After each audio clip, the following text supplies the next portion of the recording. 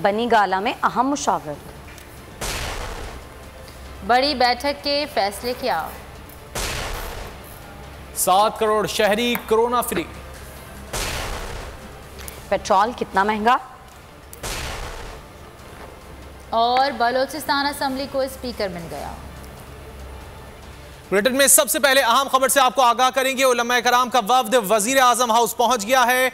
इमरान खान के साथ उलमा के वफ्द की मुलाकात शुरू हो गई है। मुलाकात में उलमा कराम और दरगाहों के गद्दी नशीन शरीक हैं। वजीर आजम मुलाकात में कलदम तंजीम के एहतजाज पर उलमा को एतमाद में लेंगे। अहम खबर आप तक पहुंचा रहे हैं। उलमा कराम का वफ्द वजीर आजम हाउस पहुंच गया है। इमरान खान के साथ उलमा के वफ्द की मुलाकात शुरू हो चुकी है और मुलाकात में उलमा कराम और दरगाहों के गद्दी नशीन शरीक हैं। तफसीलात जान लेते हैं शहबाज अहमद से। शहबाज, आगाह कीजिएगा। जी बिल्कुल रजी, इस वक्त जो रही जानी कैफियत है उसमें वज़ीर-ए-आज़म इमरान खान और उलमा की जो मुलाकात है वो शुरू हो चुकी है, जिसमें अहले सुन्नत के 25 से ज़ायद उलमा कराम जो है इस मुलाकात में शरीक हैं। मुख्तलिफ गद्दी नशीन भी जो है मुख्तलिफ दरगाहों के इस मुलाकात में शरीक है, जबकि हुकूमत की जानिब से वफाकी वज़ीर कादरी, वज़ीर इत्तलात फवाद चौधरी शरीक है। इस मुलाकात का मकसद जो कलदम तहरीक लब्बैक पाकिस्तान का इस वक्त जो लॉन्ग मार्च चल रहा है उसको कैसे टैकल करना है, और हुकूमत ये चाह रही है कि मुज़ाकरात के मामला पर मामले पर उलमा का नुक्ता नजर जानेंगे और वज़ीर-ए-आज़म हुकूमत की पॉलिसी और जो कौमी खिलाफती कौंसिल के जो फैसले हैं उससे भी जो है उनको आगाह करेंगे। साथ साथ मुलाकात में वज़ीर-ए-आज़म इमरान खान ये भी अपील करेंगे कि उलमा मुज़ाकरात में अपना किरदार अदा करें, और जरा ये बता रहे हैं कि वज़ीर-ए-आज़म मुलाकात के बाद उलमा की जो कलदम मज़हबी जमात है उनके वक्त से मुलाकात मुतवक्किल है, और दोनों जानिब से ये इज़हार किया जा रहा है कि इस मुलाकात के बाद जो है किसी ब्रेक थ्रू का इम्कान है। तो हम ये मुलाकात इस वक्त बनी गाला में शुरू हो चुकी है। इस मुलाकात में वज़ीर-ए-आज़म इमरान खान ने उन्होंने जो कहा था कि जो कलदम जमात के जो मुतालबात थे उसको मुज़ाकरात के लिए पहला असर किया है कि वो अपना लॉन्ग मार्च वापस जो जाए लाहौर में उनसे मुज़ाकरात होंगे। तो मुज़ाकरात में जो उलमा कराम है वो कितना वज़ीर-ए-आज़म उनको कायल कर पाते हैं, ये अभी इस वक्त मुलाकात जारी है। इसके बाद वज़ीर इत्तलात और उलमा कराम मीडिया टॉक भी करेंगे।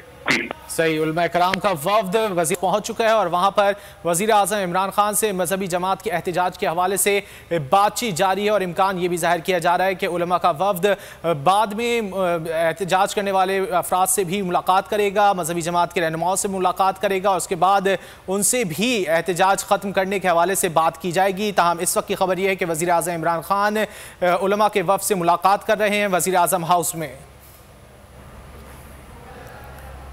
और अब एक अच्छी खबर आपको दें कि बेहतरीन वैक्सीन शुदा शहरों इस्लामाबाद, मंडी बहाउद्दीन, गिलगित और मीरपुर में कोरोना से मुतालिक तमाम पाबंदियां खत्म हो गई हैं। तफरीही और खेलों की सरगर्मियां बहाल हो गई हैं। Public parks, swimming pool, gym और मज़ारात खोल दिए गए हैं। होटल्स में इंडोर डाइनिंग और शादी की तकरीबात और ट्रांसपोर्ट पर आयद पाबंदियां भी खत्म हो गई हैं। अच्छे और कम वैक्सीन शुदा शहरों में पाबंदियां 15 नवंबर तक बरकरार रहेंगी। 12 नवंबर को NCOC के इजलास में तमाम फैसलों का असर-ए-नौ जायजा लिया जाएगा। आपको बताते चलें कि बेहतरीन वैक्सीन शुदा शहरों यानी इस्लामाबाद, मंडी बहाउद्दीन, गिलगित और मीरपुर में कोरोना से मुतालिक पाबंदियां खत्म हो गई हैं। तफरीही और खेलों की सरगर्मियां बहाल हो गई हैं। Public parks, swimming pool, gym और मज़ारात भी खोल दिए गए हैं। होटल्स में इंडोर डाइनिंग और शादी की तकरीबात और ट्रांसपोर्ट पर आयद पाबंदियां भी खत्म हो गई हैं। अच्छे और कम वैक्सीन शुदा शहरों में पाबंदियां 15 नवंबर तक बरकरार रहेंगी, जबकि 12 नवंबर को NCOC के इजलास में तमाम फैसलों का असर-ए-नौ जायजा लिया जाएगा।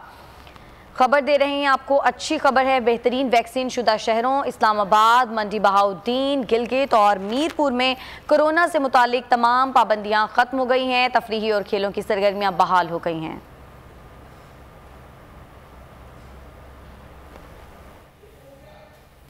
और अब ये खबर, वफाकी वजीर बराए मनसूबाबंदी सरबरा NCOC असद उमर ने ट्वीट करते हुए कहा है कि पाकिस्तान में कोरोना वैक्सीन लगाने का अमल तेज़ी से जारी है। अब तक 7 करोड़ लोगों को वैक्सीन की कम से कम एक डोज लग चुकी है। असद उमर ने मजीद कहा कि 2021 के आखिर तक 7 करोड़ लोगों को वैक्सीन लगाने का हदफ था। अब तक 4 करोड़ लोगों को मुकम्मल वैक्सीन लग चुकी। अभी साल के अख्ताम हदफ पूरा करेंगे। और अब आपको बताएं कि तब्दीली सरकार ने एक और महंगाई बम गिराने की तैयारी पकड़ ली है। पेट्रोलियम मसनूआत 8 रुपये फी लीटर तक महंगी होने का इम्कान है। होशियार खबरदार, एक और पेट्रोल बम तैयार। क्या आवाम महंगाई से बच सकेंगे इस बार? ज़राए ने पेट्रोलियम मसनूआत महंगी होने का इम्कान जाहिर कर दिया। 1 नवंबर से पेट्रोल 6.5 रुपए, हाई स्पीड डीजल की कीमत में 8 रुपए, लाइट डीजल की कीमत में 6.5 रुपए और मिट्टी का तेल 7 रुपए फी लीटर महंगा होने का इम्कान है। पेट्रोलियम मसनूआत की कीमतों में रद्दोबदल पेट्रोलियम लेवी और GST पर इन्हिसार करेगा। वज़ारत खजाना पेट्रोलियम मसनूआत की कीमतों में इजाफे का हतमी फैसला वज़ीर आज़म इमरान खान की मुशावरत से करेगी। पेट्रोलियम मसनूआत की कीमतों में मुमकिना इजाफे पर सियासी रहनुमाओं का शदीद रद्द-ए-अमल। शहरी रहमान ने हुकूमत से पेट्रोल की कीमतों में इजाफा ना करने का मुतालबा कर दिया। मरियम औरंगजेब ने कहा कि IMF को राजी रखने के लिए अवाम का पेट काटा जा रहा है।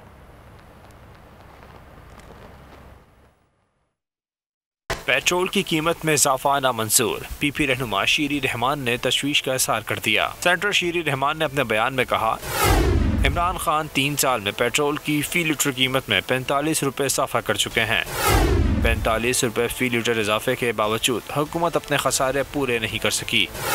मुल्क में पेट्रोल का स्टॉक 22 दिन का होता है, लेकिन हुकूमत गुज़िश्ता 1.5 माह से हर 15 दिन बाद पेट्रोल की कीमतें बढ़ा रही है। कल अवाम ने हुकूमत के खिलाफ अपना फैसला सुना दिया है। इस हुकूमत की नाअहली की सजा अब अवाम को नहीं मिलेगी। लीग रहनुमा मरियम औरंगजेब ने भी आड़े हाथों लिया। बोली, इमरान साहब IMF की ताबेदारी में महंगाई करते हैं। IMF को राजी रखने के लिए अवाम का पेट काटा जा रहा है। पेट्रोल की कीमत में इजाफा हो गया और जो सब्सिडी देनी थी उसका क्या हुआ? महंगाई करके महंगाई ख़त्म करने और महंगाई का नोटिस लेने का तमाशा किया जाता है। जब तक इमरान साहब हैं, महंगाई और सिर्फ महंगाई होगी।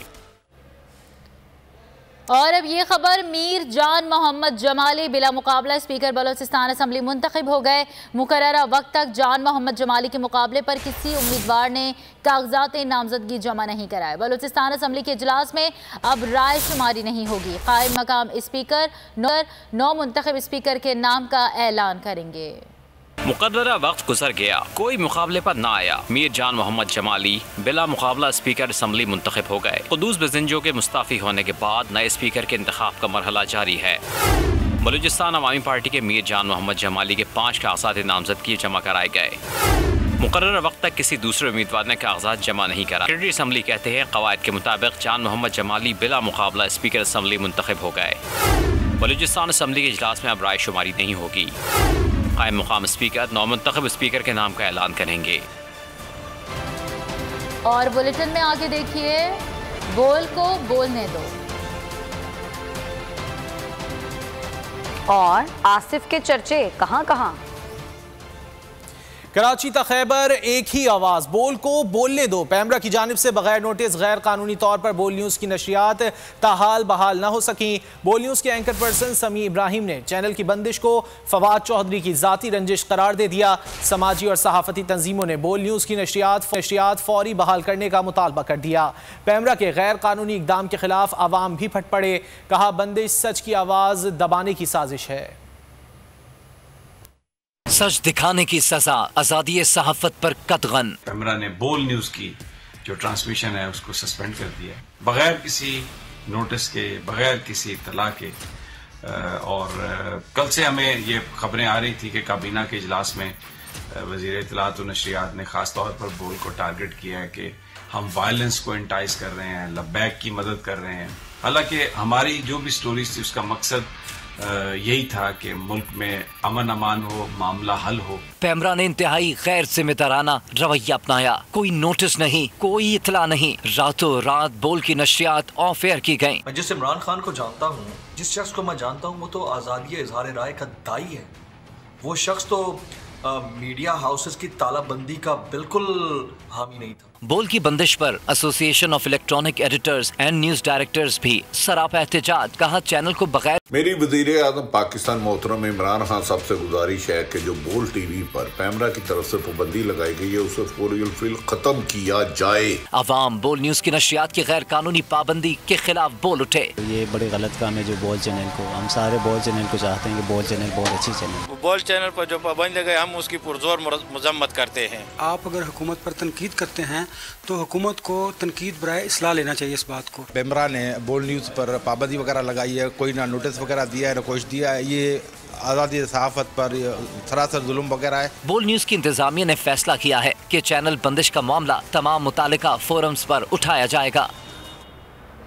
पैमरा के गैर कानूनी इकदाम के खिलाफ सियासी रहनुमा भी बरस पड़े। बोल न्यूज़ पर पाबंदी के खिलाफ हुकूमत से नाराज, कहते हैं आज़ाद मीडिया रियासत और जमहूरियत का अहम सतून है। जब किसी हुकूमत के दिन खत्म होने लगते हैं वो इसी तरह के इकदाम करती है। बोल न्यूज़ की बगैर नोटिस को बंदिश आमरीत और फसायत की मिसाल करार दे दिया।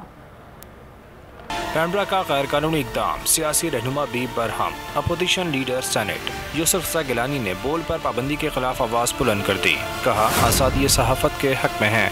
लीगी तर्जुमान मरियम औरंगज़ेब ने बोल टीवी की बगैर नोटिस बंदिश को आमरीत और फस्तायत की वासे मिसाल करार दिया। अता ताराड़ का कहना था कि यह आज़ादी सहाफ़त पर हमला है। अमीर जमात इस्लामी सिराजुल हक और GI रहनुमा लियाकत बलोच का कहना था कि हुकूमत का मीडिया को कंट्रोल करने का ख्वाब कभी पूरा नहीं होगा। पीपल्स पार्टी रहनुमाओं शासिया मरी, मौला बख्श चांडियो, हसन मुर्तज़ा, अवेज़ कादिर शाह, मंसूर वसान और तैमूर तालपुर ने भी बोल न्यूज़ की बंदिश की मजम्मत की।